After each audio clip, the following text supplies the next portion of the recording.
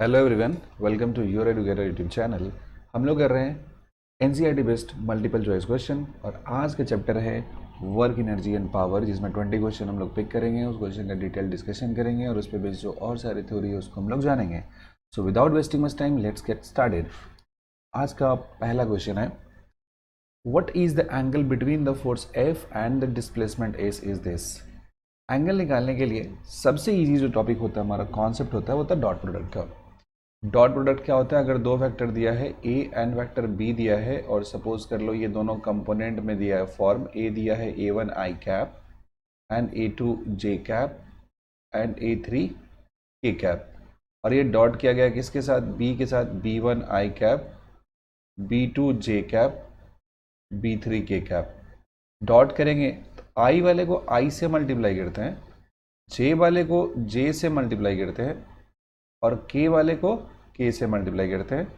तो ये जो डॉट प्रोडक्ट निकालने का आसान सा तरीका है।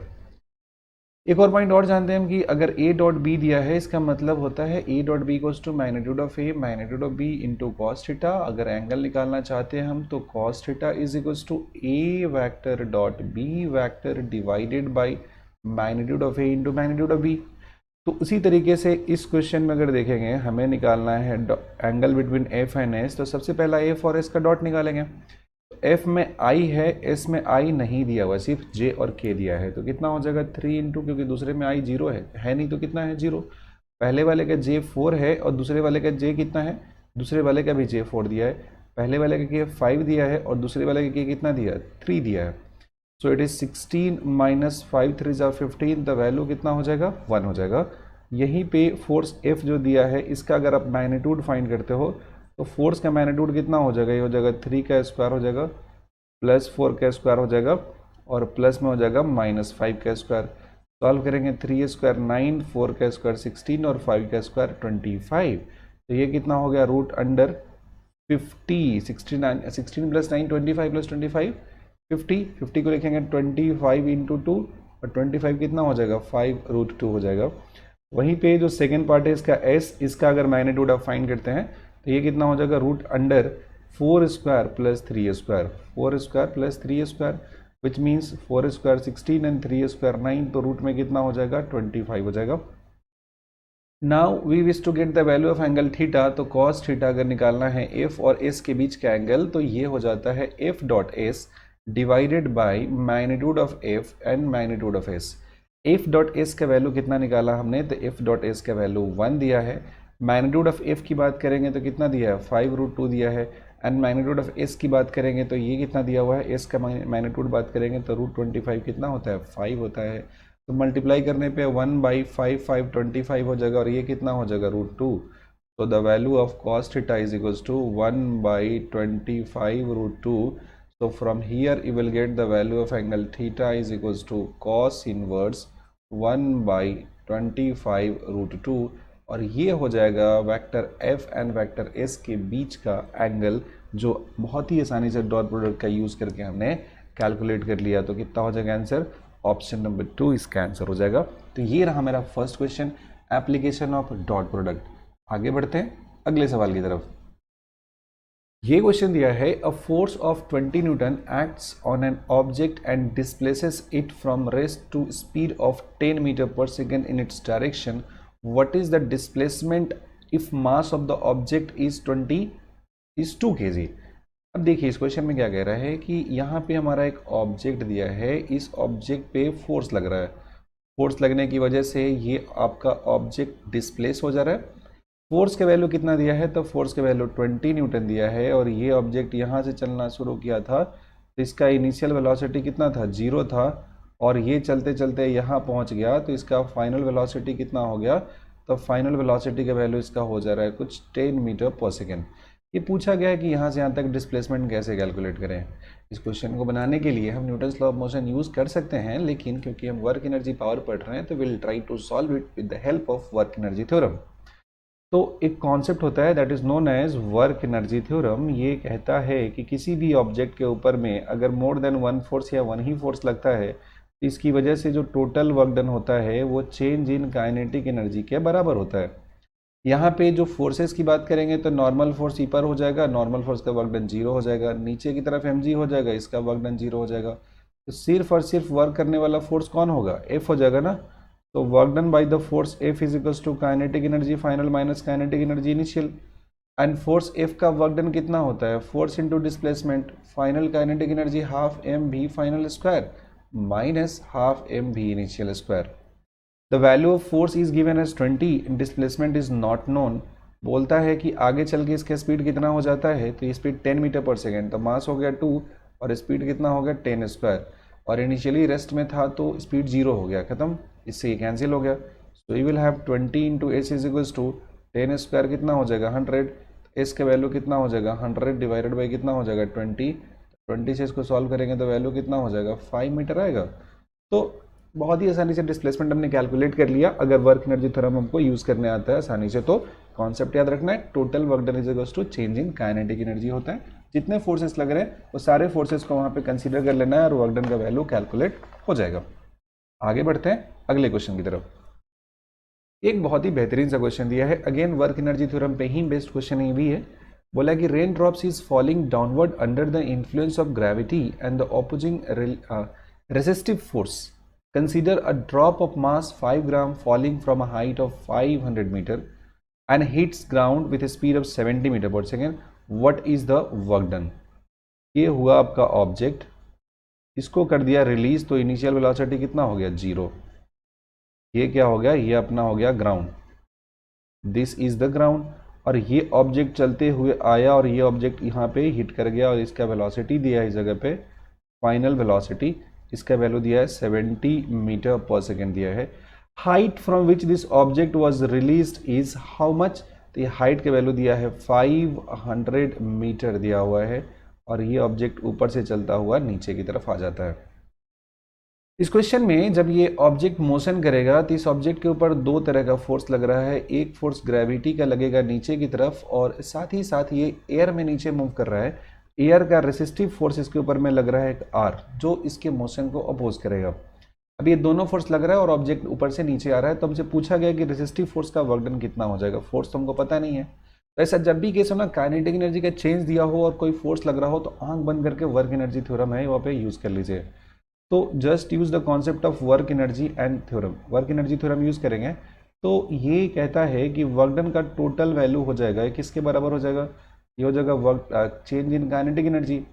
और टोटल वर्क डन में कौन होगा, एक रेजिस्टेंस आर है, इसका वर्क डन हो जाएगा रेसिस्टिव फोर्स का, और एक जो एम लग रहा है इसका वर्क डन हो जाएगा। And this is equals to final kinetic energy minus initial kinetic energy. Work done by the resistive force मालूम है नहीं, ये वैल्यू कितना हो गया इसको रहने दो।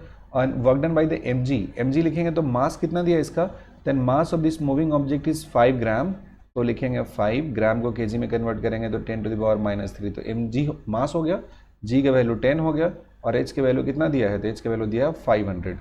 काइनेटिक एनर्जी फाइनल का वैल्यू हो जाएगा हाफ, मास का वैल्यू 5 हो गया और ये कितना हो गया 10 टू द पावर -3 हो गया और स्पीड कितना हो जाएगा 70 का स्क्वायर हो जाएगा। तो work done by the resistance R के वैल्यू कितना हो जाएगा, अच्छा यहाँ देखेंगे अब 10 टू दी पावर -3 है और 1 0 2 0 3 0 कैंसिल हो जाएगा, तो कितना हो जाएगा 25 हो जाएगा, दिस इज 25। एंड यहाँ पे कितना हो जाएगा 1/2 into 5 into 10 to the power -3 और ये जो दिया है 70 square can be written as 70 into 70 और 2 से करेंगे तो कितना हो जाएगा 35 हो जाएगा। और ध्यान से देखोगे यहाँ पे ये 2 से कर देंगे 35 हो जाएगा, 7 से 5 करेंगे तो कितना हो जाएगा 35 होगा, तो 350 हो जाएगा, इंटू हो गया 10 टू द पावर -3 और ये क्या हो जाएगा 35 हो जाएगा ना, यहाँ पे ऐसा मल्टीप्लाई करेंगे। तो अब यहाँ से work done by the resistive force solve करेंगे तो कितना आ जाएगा, ये वैल्यू आ जाएगा तुम्हारा, दोनों को मल्टीप्लाई कर दोगे ना इसको और इसको, तो यह आ जाएगा 12.25 आ जाएगा -25 आ जाएगा, सिंप्लीफाई करेंगे तब -12.75 जूल आ जाएगा। And this is the answer of your question which is -12.75 joule. तो बहुत ही अच्छा क्वेश्चन था based on the application of work energy theorem. Moving ahead next question की तरफ चले अगर, तो अगला सवाल यह है कि a cyclist comes to skidding stop in 6 metre, a cyclist comes to skidding stop in 6 meter. During this process, the force on the cycle due to the road is 120 Newton and opposing the motion. How much work does the road do on cycle? इस cycle पे road कितना work किया, ये बहुत ही simple सा question है कि अगर ऐसा रोड दिया है, इसके ऊपर में ऐसा कोई आदमी है साइकिल चलाता हुआ जा रहा है, डायग्राम ये है साइकिल का, हमने अगर मान लिया अज्यूम किया, और ये ऑब्जेक्ट ऐसा जा रहा था और यहाँ पे बोला कि मोशन है तो ब्रेक लगाएगा तो फोर्स इसके ऊपर में लग जाएगा अपोजिंग, इधर लगा 120 न्यूटन, और इस वजह से क्या हुआ, कितना डिस्टेंस चला, इस वजह से ये डिस्टेंस चला टोटल 6 मीटर, और चलते चलते यहाँ पे आके ये रेस्ट में आ गया। तो work done is equals to minus F S, because ये कैसा चल रहा है, ऑपोजिट डायरेक्शन में चल रहा है, और फोर्स के वैल्यू कितना है 120, और इसके वैल्यू कितना हो जाएगा 6 हो जाएगा, बिकॉज फोर्स जो लग रहा है और डिस्प्लेसमेंट का डायरेक्शन एक दूसरे का ऑपोजिट, जा रहा है राइट में और फोर्स ब्रेकिंग वाला है तो लेफ्ट में लग रहा है, तो -120 न्यूटन फोर्स हो गया और 6 मीटर का डिस्प्लेसमेंट है, तो मल्टीप्लाई करेंगे तो कितना हो जाएगा 720 जूल हो जाएगा। तो the value of work done in this case is -720 joule. बहुत ही सिंपल सा क्वेश्चन था। आगे बढ़ते हैं। इस क्वेश्चन में एक और पॉइंट समझ लेना हमको कि वर्क डन का जो फॉर्मूला होता है किसी भी ऑब्जेक्ट के ऊपर में, वो कैसा होता है, एफ डॉट एस होता है, जिसको हम लोग simply F S cos theta भी लिखते हैं, और इसमें 3 केसेस आपको याद रखना है। वर्क डन का बहुत ही स्टैंडर्ड सा केस होता है, थीटा इक्वल्स टू 0 मतलब दोनों सेम डायरेक्शन में है तो वर्क डन कितना होता है, एफ एस हो जाता है। दूसरा, थीटा का वैल्यू अगर 90 हो जाए, परपेंडिकुलर हो जाए, तो वर्क डन का वैल्यू 0 हो जाता है। और तीसरा, थीटा का वैल्यू 180 डिग्री हो जाए तो कॉस 180 का वैल्यू -1 होता है, तो वर्क डन का वैल्यू कितना होता है, माइनस एफ एस हो जाता है। तो this is how you will calculate the value of work done. Next question है कि scooter fires a bullet of mass 50 gram with a speed of 200 meter per second on a soft wood of thickness 2 centimeter. That's fantastic. A bullet loses 80% of its kinetic energy and emerges out. What is emergent bullet speed? Question यहाँ पे ये हुआ कि ये हो गया, एक छोटा सा पॉइंट दिया है और ये है मेरा थिक वुड दिया है, बुलेट फायर किया गया जिसका मास कितना है, तो मास दिया है 50 gram is the mass of this bullet, और ये जा रहा है, इसके स्पीड का वैल्यू कितना दिया है 200 मीटर पर सेकेंड। इसका कुछ इनिशियल काइनेटिक एनर्जी होगा।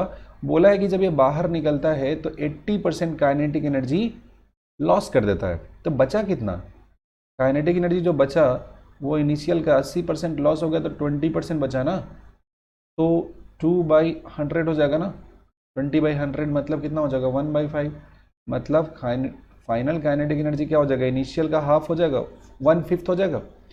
अब क्या करना है, सिंपल से कैलकुलेट कर देना है, kinetic energy final is equals to 1/5 of kinetic energy initial, kinetic energy final is equals to 1/v final का square, and that's equals to 1/5। Kinetic energy initial कितना हो जाएगा, half M V initial, 1/2m 1/2m cancel हो जाएगा, तो v final is equals to how much.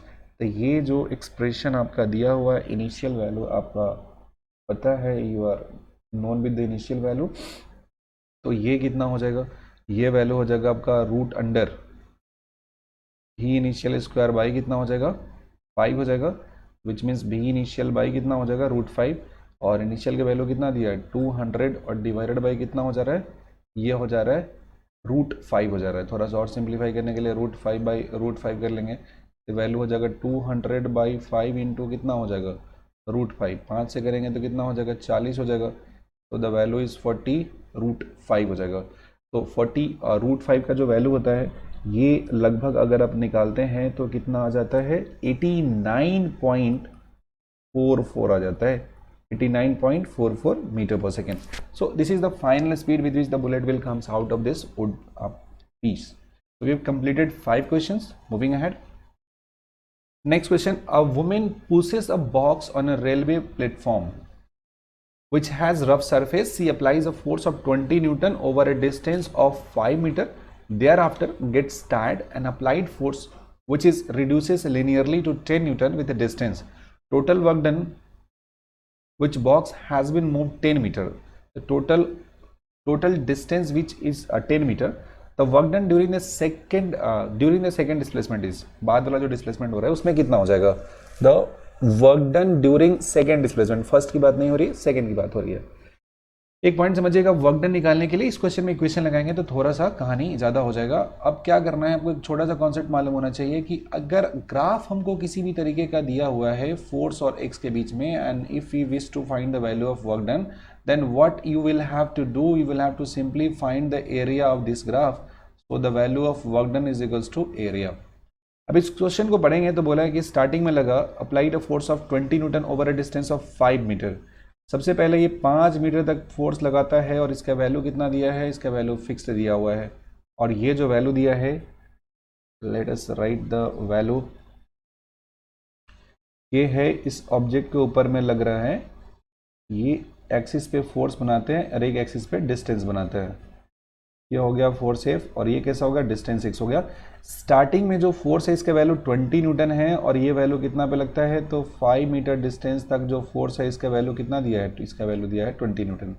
Distance हो गया 5 और ये फोर्स का वैल्यू कितना हो गया, 20 न्यूटन हो गया। अब ये रिड्यूस हो गया 20 से कितना हो जा रहा है, 10 न्यूटन हो जा रहा है। ये 20 से रिड्यूस होकर 10 न्यूटन हो जा रहा है और जो फर्दर डिस्टेंस की बात करते हैं तो ये कितना हो जा रहा है, ये हो जा रहा है 10 मीटर हो जा रहा है। अब देखेंगे जरा यहाँ पे ध्यान से देखना, ये क्वेश्चन में पूछा है हमसे calculate the work done in the second displacement, मतलब पहली बार 5 मीटर किया एंड देयर आफ्टर के बाद ये सेकेंड डिस्प्लेसमेंट हो जाएगा 5 to 10 मीटर की बात करेंगे तो वर्क डन का जो वैल्यू होता है ना, ये इस ग्राफ का एरिया होता है। Work done is the area of force displacement graph. तो सेकंड पार्ट में बोला है वर्क डन, तो 5 से 10 के बीच का जो कर्व है इसका एरिया निकालना है। तो वर्क डन, और आपको देख कर लग रहा है कि ट्रापीजियम है जिसका एरिया कितना हो जाएगा, तो इसका एक साइड है इसका लेंथ कितना दिया हुआ है 20 और दूसरे वाले का कितना दिया है 10। तो विल राइट 20 + 10 इंटू, अब 5 से 10 के बीच में जाएंगे तो कितना हो जाएगा, 5 हो जाएगा। तो 1/2, 20 + 10 हो गया 30 और इंटू कितना हो जाएगा 5। 2 से अगर इसको सॉल्व कर देंगे तो कितना हो जाएगा 15। तो 15 5 जाएगा कितना हो जाएगा, तो ये वैल्यू हो जाएगा 75 जूल हो जाएगा। And this is the answer you are looking for. इसका आंसर कितना हो गया 75 जूल। मूविंग अहेड, ये क्वेश्चन है, क्वेश्चन नंबर 7 है ये। Block of mass 1 kg moving on horizontal surface with a speed of 4 metre per second, that's great, enters a rough patch ranging from 0.1 to 1.6. Retarding force acting is F equals to -1/x, distance 0.1 to 1.6. Then the final kinetic energy of the body will be. Just understand one basic thing. Final kinetic energy आपसे पूछा गया। Initial kinetic energy तो find कर सकते हैं हम। Initial kinetic energy is equals to half mv initial square. Half value of mass is 1 kg and speed is 4 square, which is safely 16 divided by 2, तो value कितना हो जाएगा 8 जूल हो गया। As we all know that total work done is equals to change in kinetic energy, final minus initial. This implies that value of final kinetic energy is equals to initial kinetic energy plus work done. तो जो भी initial kinetic energy हो रहा है इसमें work done का value अगर आप जोड़ देते हैं तो क्या मिल जाएगा, फाइनल काइनेटिक एनर्जी। अब सवाल है वर्क निकालने का। अब वेरिएबल फोर्स कहीं भी होता है तो वेरिएबल फोर्स का वर्क डन निकालने के लिए आपको एफ डी एक्स का इंटीग्रेशन करना पड़ता है x1 से x2 तक। वेरिएबल फोर्स दिया है तो फोर्स और डिस्प्लेसमेंट का ऐसा प्रोडक्ट करते हैं और उसको इंटीग्रेट कर देते हैं एफ डॉट डी एक्स का। फोर्स के वैल्यू -1/x दिया है तो माइनस को बाहर कर दो और ये कितना हो जाएगा 1/x हो जाएगा, डी एक्स हो जाएगा। शुरू हो रहा है डिस्प्लेसमेंट 0.1 से और जा रहा है कहाँ तक 1.6 तक। 1/x dx का इंटीग्रेशन होता है ln x होता है, ध्यान दीजिएगा कितना होता है ln x होता है, 0.1 से शुरू होगा और 1.6 तक जा रहा है। सॉल्व करेंगे तो कितना हो जाएगा, ये वैल्यू हो जाएगा ln 1.6 हो जाएगा माइनस ln कितना हो जाएगा 0.1 हो जाएगा। This is how you will write this expression. अब क्योंकि ये बात हो गया तो वर्क डन की बात करेंगे तो कितना हो जाएगा, और सिंप्लीफाई करेंगे तो ln log m minus log n जो होता है ना, log m minus log n होता है, can be written as log m by n। तो ये ln 1.6 माइनस 0.1 है तो कैसा लिख सकते हैं 1.6 माइनस 0.1, तो इससे इसको कैंसिल कर देंगे तो वैल्यू कितना आ जाएगा ln 16 आ जाएगा। That can be written as ln 2 की पावर 4 हो जाएगा 16, मतलब हो जाएगा -4 ln 2 हो जाएगा, जिसका वैल्यू आप लिखते हो तो ये हो जाएगा -4 इंटू 0.693, स्टैंडर्ड वैल्यू है 0.693 याद होगा, या अगर एग्जाम में क्वेश्चन आएगा तो ये सवाल आपका वैल्यू होगा वो गिवन होगा। -2.772 जूल हो गया। देयरफॉर अब चाहिए क्या हमको, फाइनल काइनेटिक एनर्जी। तो value of final kinetic energy is equals to initial kinetic energy plus W, and value of initial kinetic energy is how much, 8 joule. Work done is -2.772.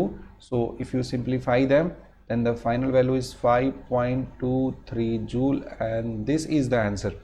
तो ये question हमने complete कर लिया. 7 question has been completed. Moving ahead, the next is question number 8, motion in vertical circle. So few things that you must understand about the motion in vertical circle. Standard result है, ये आपको भी याद होना चाहिए, so that we will cover every point related to the motion in a vertical circle. किसी object को ऐसा बॉटम मोस्ट पॉइंट में यू स्पीड अगर आप देते हैं तो इस ऑब्जेक्ट के लिए 3 पॉइंट यहाँ पे होता है. सपोज फर्स्ट पॉइंट ए होता है, सेकेंड पॉइंट बी होता है, थर्ड पॉइंट सी होता है. फर्स्ट थिंग इज कि अगर u का वैल्यू कैसा है, greater than equals to root under 5gl है, तो ये क्या होता है, लूपिंग का कंडीशन होता है, पूरा का पूरा सर्कल में घूम जाएगा. दूसरा, अगर ये स्पीड रूट अंडर 2gl से रूट अंडर 5gl के बीच में है तो रस्सी यहाँ पे बी और सी के बीच में कहीं लूज हो जाएगा. लूज होता है, इसको स्लैकिंग कहते हैं. लूज हो गया तो क्या बोलेंगे, स्लैकिंग, रस्सी ढीला हो गया. और तीसरा है ए से बी के बीच में, और ये ऑसिलेशन होता है. जब इसका स्पीड का जो वैल्यू होता है अंडर रूट 2gl से कम या उसके बराबर होता है, उस केस में जो यहाँ पे होता है, ये ऑब्जेक्ट मोशन करता है, इसे कहते हैं हम लोग oscillation. This is known as the oscillation. तो पहला है रूट 5gl से ग्रेटर होगा तो लूपिंग, रूट अंडर 2gl से रूट अंडर 5gl स्लैकिंग, और 0 से 2gl होता है तो ऑसिलेशन. ये होता है फर्स्ट केस. नाउ अगर स्पीड एट पॉइंट ए, इसका वैल्यू कितना हो जाए, रूट अंडर 5gl हो जाए.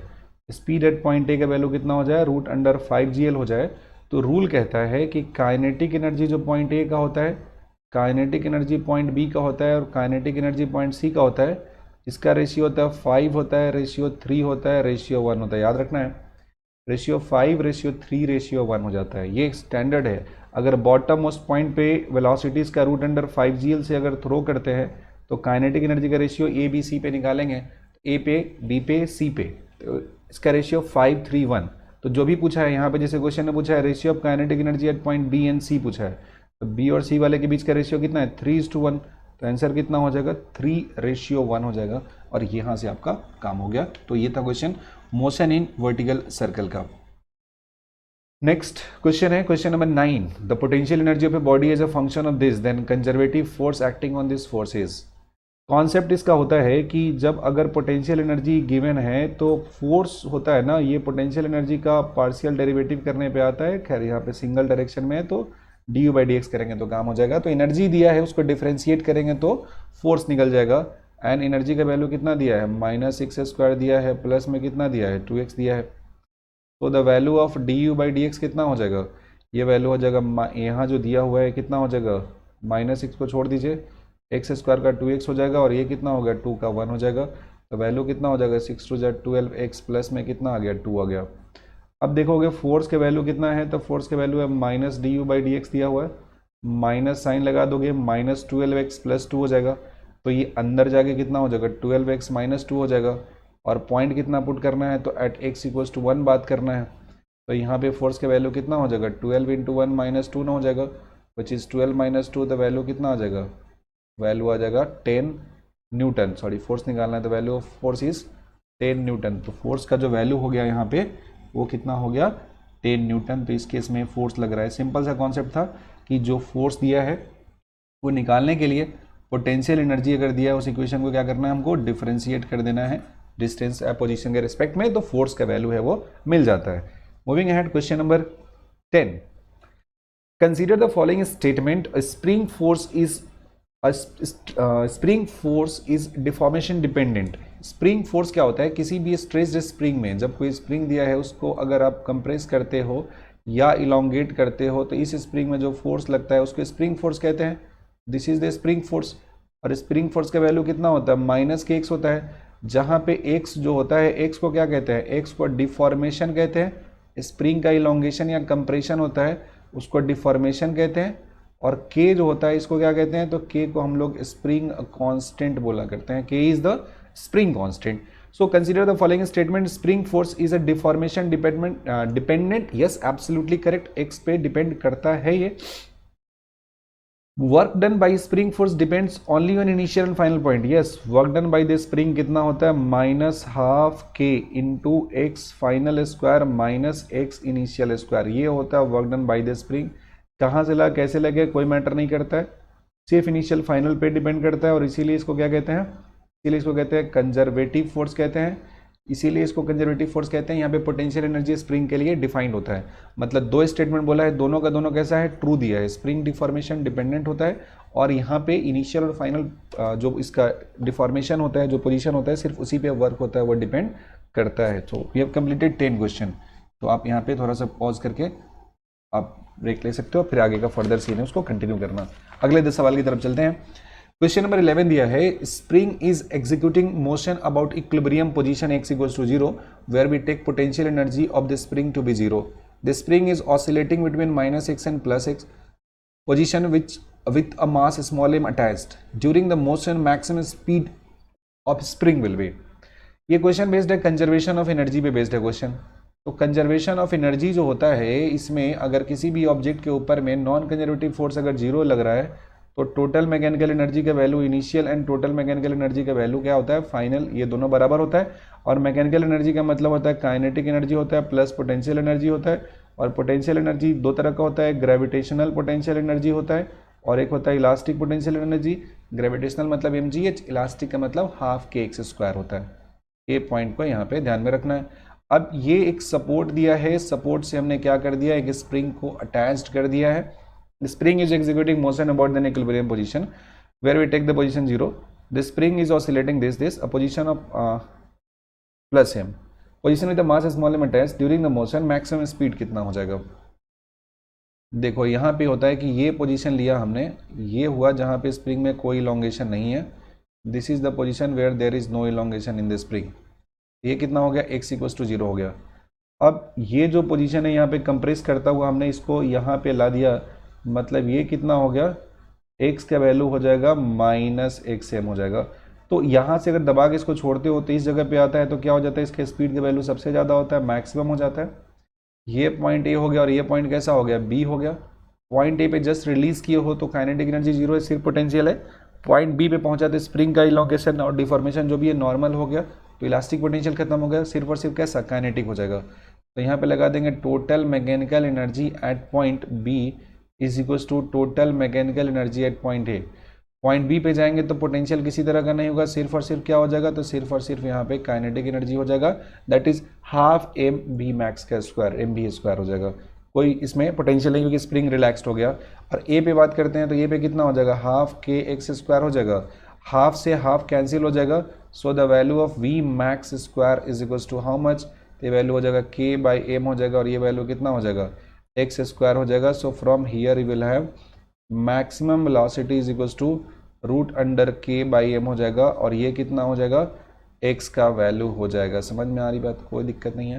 तो the value of maximum velocity is root under K by M into X. तो आंसर कौन सा हो जाएगा, option number 2 will be the correct answer for this question.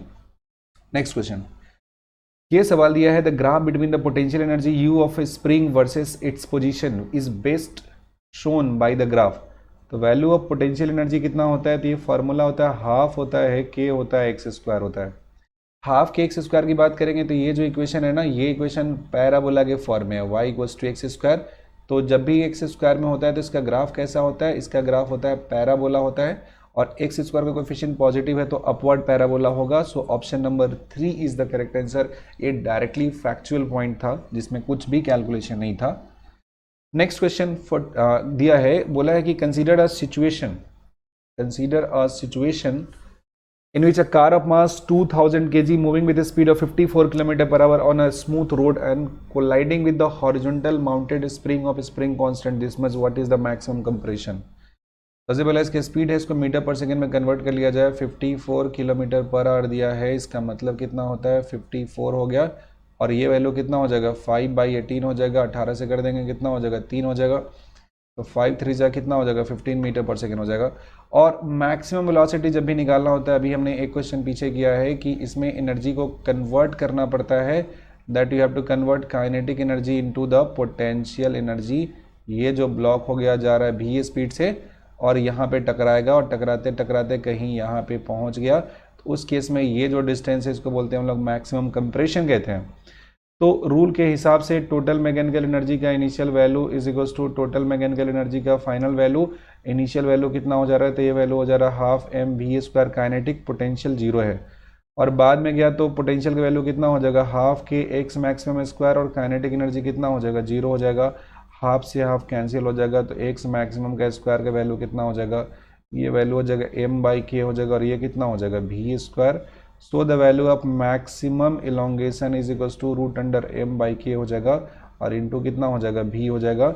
मास जो दिया है ऑब्जेक्ट का वो कितना दिया है, तो ये वैल्यू दिया है 2000, और के का जो वैल्यू दिया है कितना दिया है 12.5 दिया है, इंटू 10⁻³ दिया है, and the value of velocity इस कितना है, तो ये दिया है 15। अब देखो इसमें क्या होना है, ये है कि इसको थोड़ा सा सिंप्लीफाई करेंगे, सॉल्व करेंगे तो आसान सा क्वेश्चन है। इसमें 2 दिया है ना, दो तरीके से कर सकते हो, 2 से ऊपर नीचे मल्टीप्लाई और डिवाइड कर दो। यहाँ पे साइड में कैलकुलेट करके बताते हैं आपको। ये जो वैल्यू हो जाएगा ना, तो ऊपर में कर दो 2 और नीचे में कर दो 2, तो 2 2 जा कितना हो जाएगा 4 हो जाएगा, और 10 की पावर कितना हो जाएगा 3, और 12.25 में 2 से मल्टीप्लाई करोगे तो ये कितना हो जाएगा 25 हो जाएगा, और ये भी कितना हो जाएगा 10 की पावर 3 हो जाएगा ना, ये इसमें कैंसिल है, और बाहर में कितना है 15, तो ये आ जाएगा, तो 4 का हो जाएगा कितना 2, 25 का कितना हो जाएगा 5, और ये कितना है 15, 5 से 3 टाइम्स, तो 3 2 जा कितना हो जाएगा 6 मीटर नहीं हो जाएगा। तो the value of maximum compression in the spring is 6 metre. Moving ahead, next question, simple repetition था, पीछे भी हम लोगों ने एक क्वेश्चन ऐसा किया हुआ था। ये जो क्वेश्चन दिया है मेरा 14 नंबर क्वेश्चन है, बोला कि an elevator can carry a maximum load of 900 kg।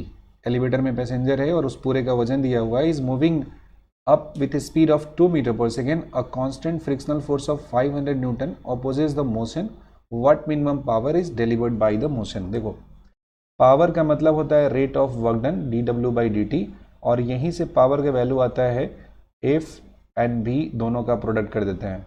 यहाँ पे जो दिया है आपका ऑब्जेक्ट ये ऊपर की तरफ जा रहा है, तो इस ऊपर की तरफ जाने में एक तो इसका mg नीचे लग रहा है, और साथ ही साथ जो फ्रिक्शन फोर्स नीचे लग रहा है वो भी तो इसको अपोज ही करेगा ना, दोनों को क्या कर देंगे जोड़ देंगे। तो वैल्यू कितना दिया 900 kg दिया है, और g का वैल्यू मल्टीप्लाई करेंगे तो कितना हो जाएगा 10, और साथ में कितना हो जाएगा 5000 हो जाएगा, तो ये वैल्यू कितना हो जाएगा 9000, और साथ में कितना हो जाएगा 5000, तो दोनों को जब ऐड कर देंगे तो कितना हो जाएगा, ये हो जाएगा 14000 न्यूटन का फोर्स आ गया।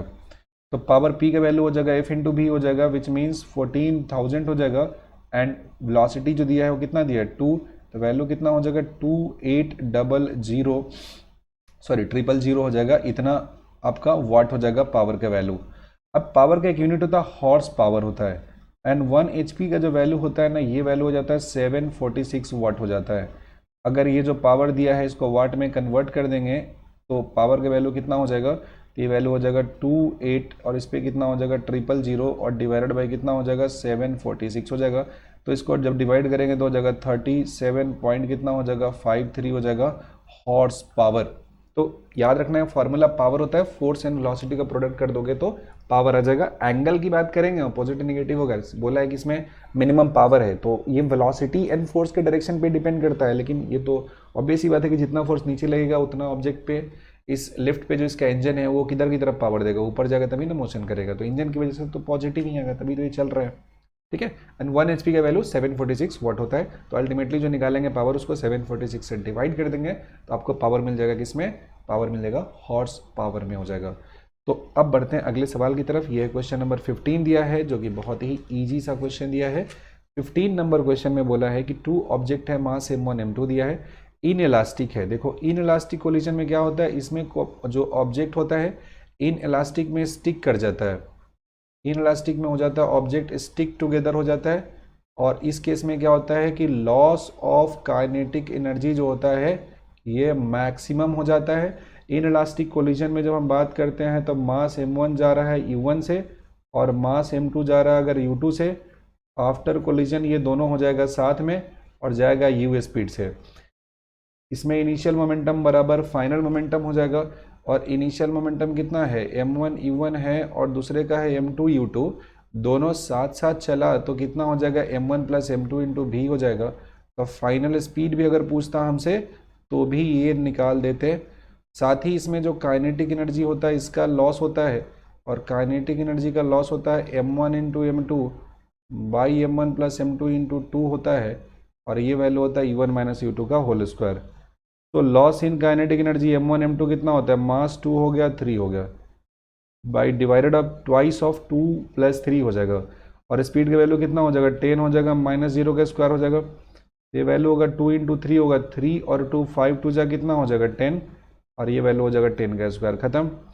3 2 जा 6 और इसमें क्या करेंगे 10 से मल्टीप्लाई करेंगे तो वैल्यू कितना आ जाएगा 60 जूल आ जाएगा ना, इतना काइनेटिक एनर्जी का लॉस हो जाएगा। तो बस ये फार्मूला ध्यान में रखना था कि लॉस का जो फार्मूला होता है m1 into m2 by twice of m1 plus m2 होता है। तो this is how will get the loss in kinetic energy. आगे बढ़ते हैं, we have completed 15 question. Next है, ये बहुत ही इंपॉर्टेंट से थ्योरम है एनसीईआरटी का, उस पर बेस्ड क्वेश्चन दिया है। Consider a collision between two identical billiard balls of equal masses m1 m2. First ball was at rest and the second hit it on the edge. Second ball after hitting moves through an angle 53 degree of the initial direction. Assuming elastic collision, the angle through which the first ball moves with the initial after collision is. इसमें theorem ये होता है कि अगर दो identical ball दिया है, इसका मास m दिया है और इसका भी मास m दिया है, and first ball is moving with speed u, और if the collision between them is elastic, collision कैसा हो रहा है, इलास्टिक हो रहा है, तो in that case two masses will be moving in such a way that इनके बीच का जो एंगल होगा, इनके बीच का जो एंगल होगा वो कितना हो जाएगा, ये मान लो स्पीड v1 है, स्पीड कितना हो गया v2, और ये एंगल θ1 हो जा रहा है, एंगल θ2, ये एक दूसरे से 90 डिग्री पे मोशन करते हैं। ध्यान दीजिएगा, if two masses are identical और उनके बीच में कोलिजन होता है ऑब्लिक, मतलब कोलिजन इन प्लेन होता है। अगर इलास्टिक हुआ तो उस केस में आफ्टर कोलिजन ये दोनों का दोनों ऑब्जेक्ट होगा ना एक दूसरे से 90 डिग्री डायरेक्शन पे मूव करेगा परपेंडिकुलरली। अब देखो यहाँ पे क्या है, θ1 प्लस θ2 का वैल्यू कितना हो जा रहा है 90 डिग्री हो जा रहा है। θ1 कितना है 53 है और दूसरा है θ2 पता नहीं, ये हो गया 90 डिग्री। θ2 की बात करेंगे तो कितना हो जाएगा 37 नहीं हो जाएगा। सेकेंड की यहाँ पे जो एंगल का वैल्यू आ जाएगा वो कितना आ जाएगा, ये वैल्यू आपका 37 आ जाएगा, दोनों को ऐड कर दोगे तो कितना आ जाएगा 90 आ जाएगा। So this was the question number 16। Moving ahead next question की तरफ बात करते हैं। ये सवाल है कि in a nuclear reactor a neutron of high speed 10 to the power 4 meter per second collide elastically with a light nuclei of deuterium. The collision result in loss of kinetic energy of neutron. What fraction of kinetic energy is lost by the neutron? ये बहुत ही important सा concept होता है collision का कि दो मास अगर दिया है, सेकेंड मास अगर रेस्ट में और यू स्पीड से चल रहा है, आफ्टर कोलिजन जो मास m1 है ये कुछ चलेगा v1 स्पीड से और मास m2 चलेगा कितनी स्पीड से, v2 स्पीड से। तो fractional loss in kinetic energy कितना हो जाता है प्रोजेक्टाइल का, मतलब m1 का जो मोशन कर रहा है, m1 का लॉस कितना हो जाएगा बताओ। m1 का लॉस काइनेटिक एनर्जी का उतना ही होगा जितना m2 को काइनेटिक एनर्जी मिला है, और m2 को काइनेटिक एनर्जी कितना मिलेगा, हाफ m2 v2 स्क्वायर, और m1 के पास इनिशियल काइनेटिक एनर्जी कितना था, हाफ m1 v1 स्क्वायर। ये इसका फॉर्मूला होता है। अब v2 की बात करते हैं तो फॉर्मूला कितना होता है, v2 का वैल्यू हो जाता है m2 हो जाता है माइनस m1 हो जाता है divided by m2 plus m1 होता है, और ये होता है u2 साथ में होता है 2m1 डिवाइडेड बाई हो जाता है m1 प्लस m2, और ये कितना हो जाता है u1। क्योंकि जो 2 था इसका इनिशियल कंडीशन रेस्ट में था, u2 0 था, तो ये पूरा का पूरा जो एक्सप्रेशन है कितना हो जाएगा 0 हो जाएगा, और u1 का वैल्यू कितना दिया है, u दिया है। तो v2 की बात करेंगे तो कितना हो जाएगा, ये वैल्यू हो जाएगा 2m1 डिवाइडेड बाई कितना हो जाएगा m1 प्लस m2 हो जाएगा, और ये स्पीड कितना हो जाएगा u हो जाएगा। अब इस वैल्यू को यहाँ पे रख दोगे तो कितना हो जाएगा, ये वैल्यू सिंप्लीफाई करेंगे तो हाफ हो जाता है m2, और ये वैल्यू कितना हो जाता है 2m1 डिवाइडेड बाई हो जाता है m1 plus m2 whole square, और नीचे में कितना है हाफ m1 v1 स्क्वायर। तो m1 हाफ और हाफ कैंसिल हो जाएगा, और ये दिया है u स्क्वायर दिया है, यहाँ पे ये m1 है ये कैंसिल नहीं होगा। अब देखोगे तो ये क्या हो जा रहा है, यहाँ पे दिया है तुम्हारा u टर्म, ये u स्क्वायर क्या हो जाएगा कैंसिल हो जाएगा, ये m1 से यहाँ पे m1 स्क्वायर होगा, एक m1 कैंसिल, 2 का स्क्वायर 4, ऊपर में हो जाएगा m1 m2 divided by m1 plus m2 का होल स्क्वायर। तो ये फॉर्मूला याद रखेंगे, this is the formula of fractional loss in kinetic energy of projectile in elastic collision होता है, और एक फॉर्मूला इन इलास्टिक वाला होता है, वो होता है m1 m2 by twice of m1 plus m2 into u1 minus u2 का होल स्क्वायर। तो इसका आंसर अगर ये फॉर्मूला आपको याद होता है तो डायरेक्टली निकाल सकते हैं। कैसे निकालेंगे? ये हो जाता है कि मास इसमें दिया एक न्यूट्रॉन दिया है और एक दिया है कौन सा, एक ड्यूटेरॉन दिया होगा, एक ड्यूटेरियम दिया हुआ है। तो न्यूट्रॉन का मास अगर m लिखते हैं तो ड्यूटेरॉन का मास कितना हो जाएगा 2m। तो फॉर्मूले के हिसाब से m4 हो जाएगा, ये हो जाएगा m और ये कितना हो जाएगा 2m, और डिवाइडेड बाई कितना हो जाएगा m हो जाएगा प्लस में कितना हो जाएगा 2m का होल स्क्वायर। तो वैल्यू हो जाएगा 4, ये कितना हो जाएगा m, ये कितना हो गया 2m, और 2m और m हो गया 3m, 3 का स्क्वायर 9, और ये कितना हो जाएगा m स्क्वायर। m और m स्क्वायर कैंसिल होगा तो वैल्यू होगा 4 2 जा 8 और ये हो जाएगा 9। तो फ्रैक्शनल लॉस कितना हो जाएगा 8/9 हो जाएगा, और यहाँ पे 8/9 ऑप्शन नहीं दिया है, ये आंसर हो जाएगा। और रिमेन कितना होगा, रिटेन कितना हो जाएगा, कितना इसमें बच जाएगा, तो 1 माइनस 8/9 मतलब 1/9 अमाउंट का जो एनर्जी होगा फ्रैक्शनल, ये इसमें बचा रह जाएगा, इसमें हो जाएगा रिटेन किया हुआ रह जाएगा, और 8/9 पोर्शन अपना एनर्जी का ये लॉस कर चुका होगा। तो ये क्वेश्चन हमने कंप्लीट कर लिया बहुत ही अच्छे से, 17 question. Moving ahead towards 18 number question. Question 18 कहता है कि bullet of mass 12 gram is moving with horizontal speed of 100 metre per second, strikes a block of wood 348 gram instantly and comes to rest with respect to the block. The block is suspended from a ceiling by the means of a thin wire. The height through which the block rises is what. कितने height तक ये block ऊपर की तरफ जाएगा ये बताना है। मतलब क्वेश्चन के हिसाब से ये रहा सपोर्ट और ये रहा आपका ब्लॉक, ये एक बुलेट होता है, इसमें ऐसा हिट करता है तो बुलेट आया इसमें। सेकेंड फेज में क्या हो जाएगा कि ये जो बुलेट है ये चला गया इसके अंदर में, और क्योंकि जब ये अंदर में आया तो कुछ स्पीड इसका v1 हो जाएगा, और इस वजह से इस स्पीड की वजह से ये चलता हुआ इस पॉइंट पे पहुंच जाएगा। तो ये जो ओरिजिनल इसका पोजीशन दिया है यहाँ से इस पॉइंट पे चला जाएगा, ये हाइट कितना हो जाएगा, ये हाइट हो गया h। इसका मास स्मॉल m है और इसका मास सपोज कर लेते हैं कैपिटल M दिया, और स्पीड का वैल्यू कितना दिया बुलेट का u दिया हुआ है, और जो बुलेट का मास है भी दिया 12 ग्राम, इसका 348 ग्राम। तो ये a और b जो दिया है यहाँ से सबसे पहले क्या करेंगे, इसके स्पीड फाइंड करेंगे। एंड स्पीड कैसे आ जाएगा, तो स्पीड का वैल्यू जब निकालेंगे तो क्या हो जाता है, इनिशियल मोमेंटम बराबर कितना होता है, फाइनल मोमेंटम हो जाता है। मतलब ये वैल्यू कितना हो जाएगा, स्मॉल m इंटू यू बराबर कितना हो जाएगा, कैपिटल M प्लस में कितना हो जाएगा, स्मॉल m इंटू स्पीड कितना हो जाएगा v1। इसका वैल्यू आपको देखने को मिल जाएगा। तो वैल्यू ऑफ स्पीड v1 कितना हो जाएगा, एम यू डिवाइडेड बाई हो जाएगा कैपिटल M प्लस कितना हो जाएगा, स्मॉल m हो जाएगा। सेकेंड पॉइंट है, ये बात करेंगे B2C की बात करते हैं, ये B हो गया और ये पॉइंट C हो गया। अब यहाँ पे एनर्जी कंजर्व करना पड़ेगा, हाइट चला गया ऊपर में तो नीचे में सिर्फ काइनेटिक होगा, और ऊपर में जाओगे तो क्या हो जाएगा, सिर्फ और सिर्फ पोटेंशियल हो जाएगा। तो काइनेटिक एनर्जी कितना हो जाएगा, हाफ हो जाएगा, और मास कितना हो गया capital M plus small m हो गया, और स्पीड कितना हो गया M U divided by capital M plus small m का कितना हो जाएगा होल स्क्वायर बराबर mgh हो जाएगा। तो capital M plus small m हो जाएगा, और ये हो गया g, और हाइट का वैल्यू कितना हो गया h हो गया। तो सॉल्व करेंगे तो ये capital M plus small m, capital M plus small m है, खत्म हो जाएगा। हाइट h का वैल्यू कितना हो जाएगा, तो ये वैल्यू होगा m स्क्वायर u स्क्वायर हो गया डिवाइडेड बाई कितना हो जाएगा 2g हो जाएगा, और ये कितना हो गया capital M plus small m हो जाएगा। अगर इसको प्रॉपर सॉल्व कर दें हम तो now it's time to put the value. Small m का वैल्यू कितना दिया है, तो वैल्यू दिया है 12 इंटू ग्राम है तो 10 टू द पावर -3 होगा, इसका स्क्वायर हो जाएगा। स्पीड की बात करेंगे तो कितना दिया 100 है, इसका स्क्वायर हो जाएगा। नीचे में 2 हो गया, g का वैल्यू 10 हो गया, और ये क्या करेंगे दोनों का सम कर देंगे, 348 हो जाएगा प्लस में कितना हो जाएगा 12 हो जाएगा। ग्राम को kg में कन्वर्ट करेंगे तो कितना हो जाएगा 10 की पावर -3। ये पूरा का पूरा जो एक्सप्रेशन दिया है इसको सॉल्व करोगे तो आ जाएगा 10/18 मतलब 5/6। ये पूरा का पूरा सॉल्व करेंगे तो कितना हो जाएगा 10/18 5/6, तो ये वैल्यू हो जाता है 0.5 5/9 हो जाएगा, सॉरी 10/18 है, ये कितना हो जाएगा 5/9 हो गया यार, 0 पॉइंट ये हो जाएगा 50 और